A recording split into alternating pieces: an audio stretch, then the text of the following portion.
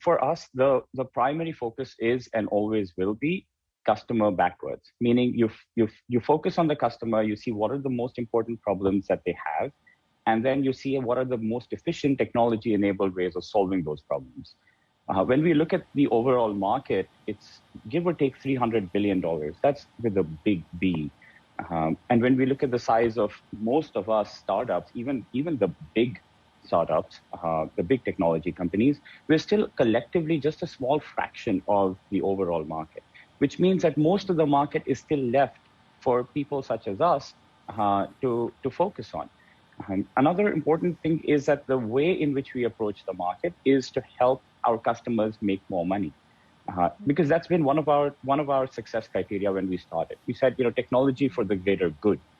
And what that means is we consider ourselves successful someday, hopefully, that we will be able to double the income of our customer because we'll be able to do things better and more efficiently. And that's the vision, that's the dream that we are chasing.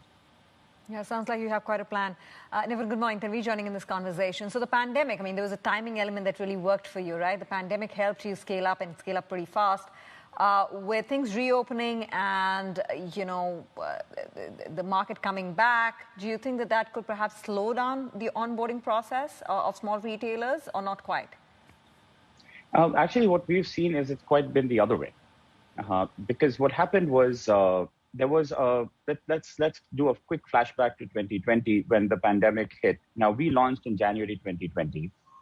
As you know, the world pretty much started shutting down in March 2020. So we had a very short, narrow window where we were a very small company, probably a tiny drop in the ocean when the pandemic hit, right? And when you're a small boat in a major storm, it's both a crisis and an opportunity, right? And luckily for us, partly because of the talent, the team that we have, we were able to steer the boat more towards the opportunity side, which is that we started focusing on the most important problems that our customers were facing, which was access to supply.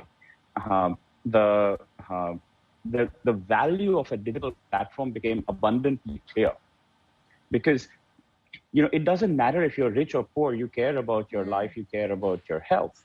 And when you're a small warung, a small retailer, and you have to go to a crowded market to buy your products, it's not safe. Yeah. And at that point, that realization starts to kick in. And with the world actually opening up, it has actually reduced the friction on the ground for people such as us. For example, in our warehousing, in our logistics, things have become much more smooth and easier, and therefore the opportunity for customer delight is better.